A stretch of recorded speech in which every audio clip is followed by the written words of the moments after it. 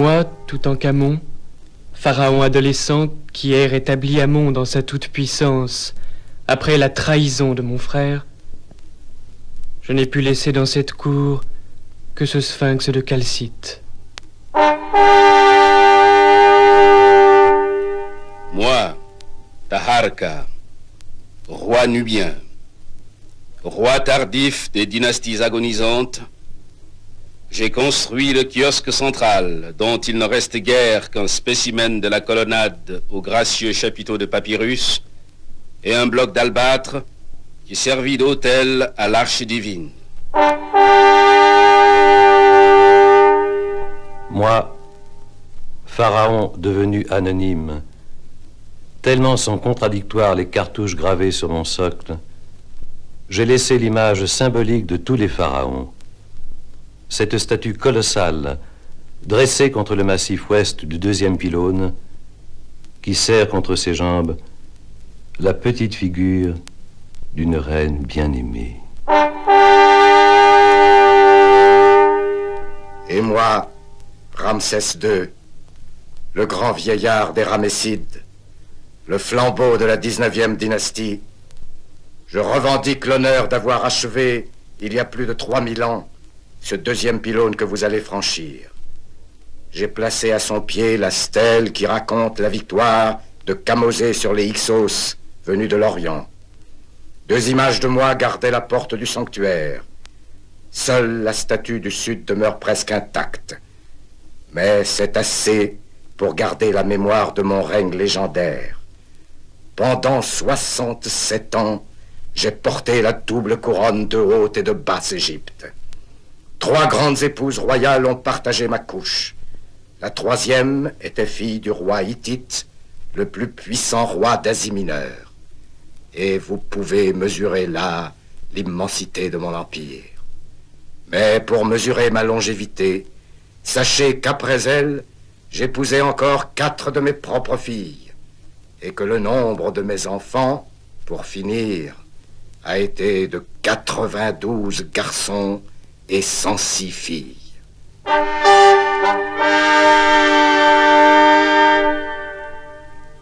Et moi, pharaon de très basse époque, souverain du crépuscule, Ptolémée Vergète II, j'ai signé la porte sans pareille qui mène aux appartements de Dieu.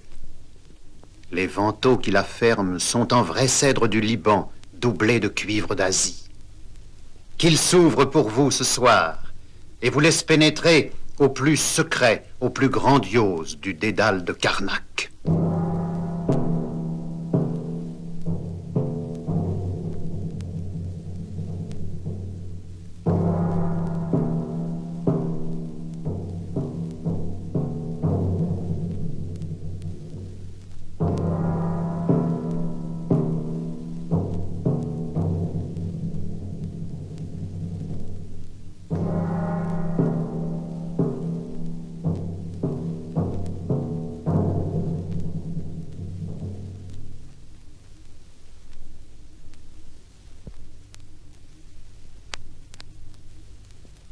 Altière et mystérieuse comme une oasis pétrifiée, voici la demeure d'Amon. Ce sont les grandes orgues de pierre de Karnak.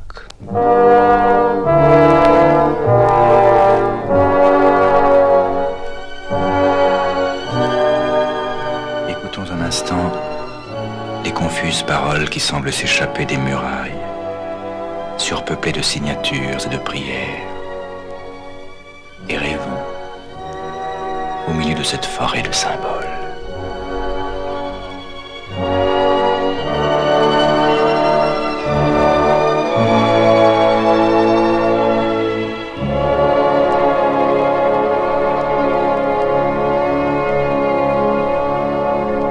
Notre étonnement, personne ne le dira mieux que Champollion lui-même parvenu en ces lieux. L'imagination s'arrête ici et tombe impuissante au pied des 134 colonnes de la salle hypostyle de Karnak.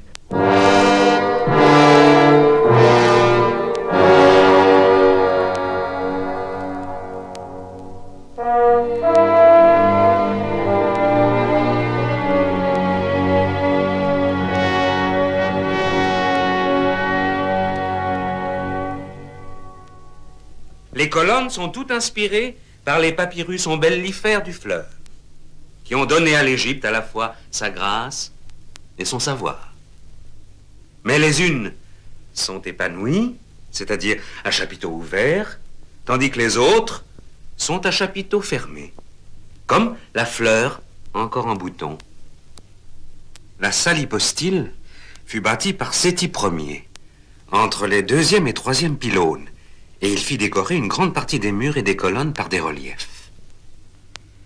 Et la décoration fut parachevée par Ramsès II, qui fit utiliser non plus le relief, mais le relief dans le creux. Telle qu'elle, cette salle hypostyle est la mère de toutes les basiliques à 3 nefs qui, plus tard, se sont inspirées de son plan.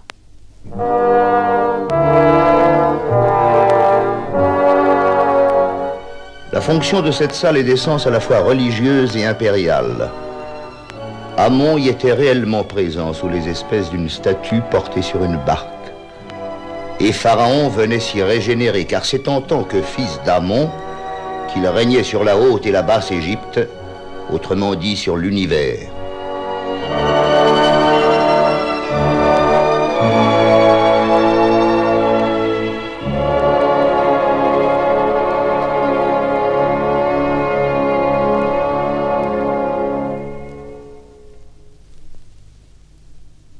Admirons encore ce foisonnement de colonnes, où l'architecte a voulu concentrer dans la pierre la sève même du fleuve, qui anime les touffes de papyrus géants, jaillis du limon nourricier, grouillantes de reptiles et d'oiseaux, semblables au langage même de l'Égypte, avec son prodigieux élan vital et sa poésie, qui fleurit au-delà même de la mort. C'est l'aube, et nous pouvons imaginer ce réveil quotidien de l'Égypte à l'image même de ces hiéroglyphes s'ils se mettaient soudain à s'ébrouer. Au fond du sanctuaire, Amon, Dieu créateur, est présent dans sa statue.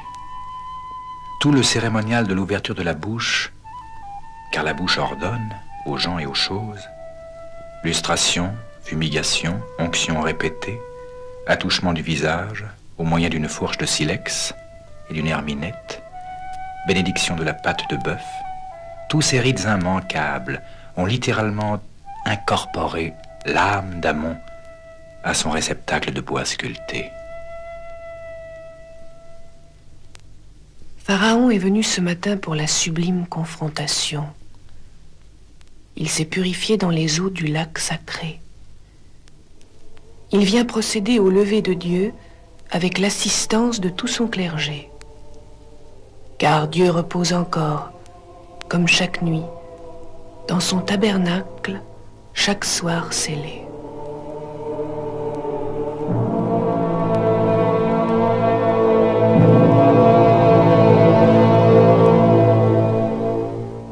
Éveille-toi, Karnak, souveraine des demeures des dieux et déesses qui sont en elle.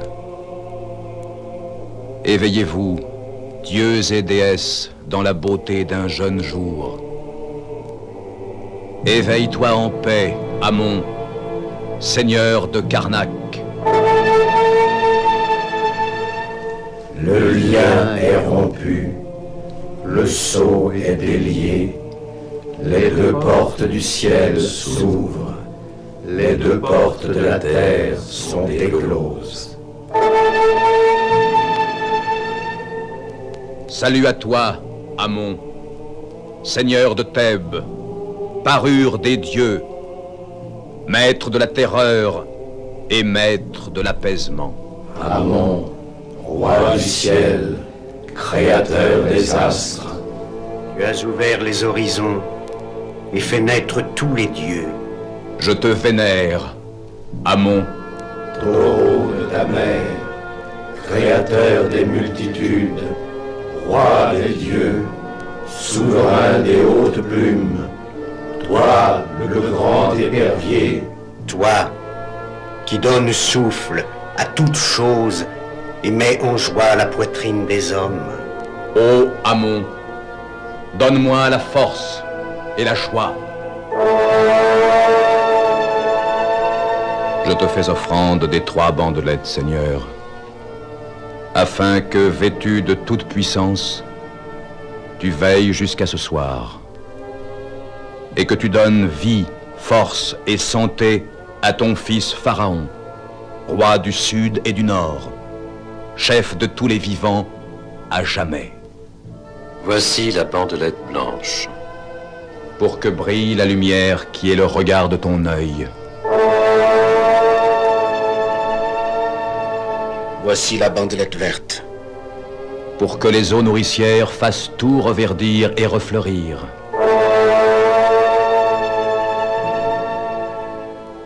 Voici la bandelette rouge. Pour que la terre soit fertile et que le sang soit puissant. Que la terre soit fertile et que le sang soit puissant.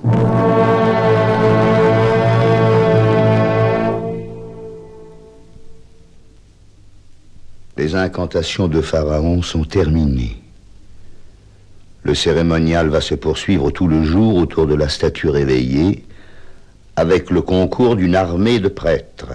Dieu sera nourri par fumigation et libation, tout le reste des viandes et des vins servant, bien entendu, à la nourriture du clergé. Après les libations du zénith, on fera patienter Dieu avec des phares, des huiles, des parfums, des bijoux. Et le soir, la statue, encore une fois purifiée, regagnera son tabernacle à l'abri d'un nouveau seau d'argile apposé sur ses portes.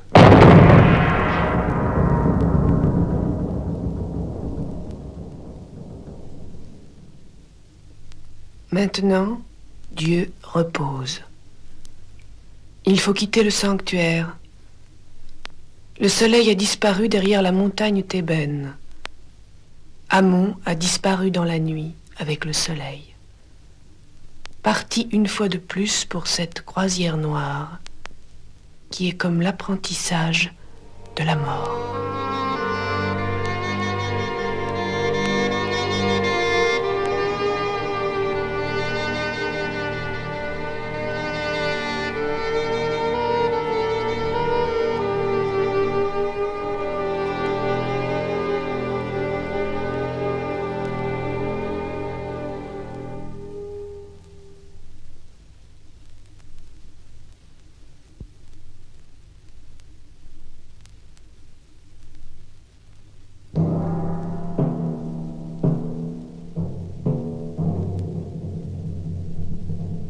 Nous pourrions encore avancer à travers l'amoncellement des ruines, sans parvenir au cœur du mystère. Pylônes, obélisques, vestibules, enfilades, colonnades, les dynasties n'ont pas cessé d'épaissir et de compliquer le labyrinthe de la nuit. Ici, il faudrait évoquer les pharaons plus anciens. Thoutmosis Ier, Thoutmosis III, Aménophis III. Mais l'histoire des règnes et des événements semble dérisoire par rapport au témoignage impérissable de la foi. Les hommes sont ainsi faits qu'ils gardent mieux mémoire de l'invisible que du réel. 2000 ans d'annales impériales, de fêtes, de deuil, de combats, d'amour, d'intrigues, d'expéditions, se confondent ici comme les 2000 feuilles d'un seul arbre. Un seul arbre qui était Amon, et sur chaque feuille, Pharaon n'a fait que graver son nom.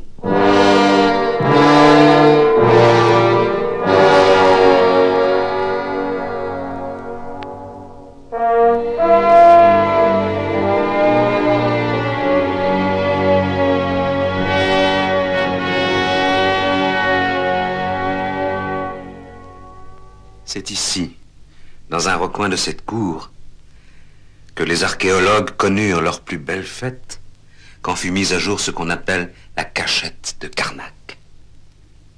Car, de temps en temps, pour accueillir les apports nouveaux, il fallait faire place nette des anciennes offrandes. Et là, dans une seule fosse commune, on a pu retrouver d'un seul coup 779 statues de pierre et 17 000 statues de bronze. Sans compter les statues de bois qui n'avaient pas résisté. Rois, reines, prêtres Fonctionnaires, debout, assis ou agenouillés, en granit noir, en granit rose, en albâtre, en marbre, tous pêle-mêle jetés au rencard, et parmi eux la sublime statue du grand bâtisseur Thoutmôsis III, donne une idée du prodigieux foisonnement de Karnak.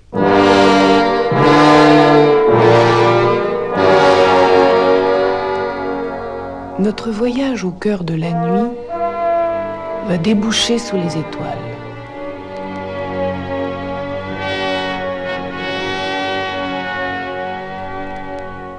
En face du formidable mystère d'Amon et de l'enchevêtrement de ses défenses, nous nous sentons démunis, exilés, comme l'humble mortel aux portes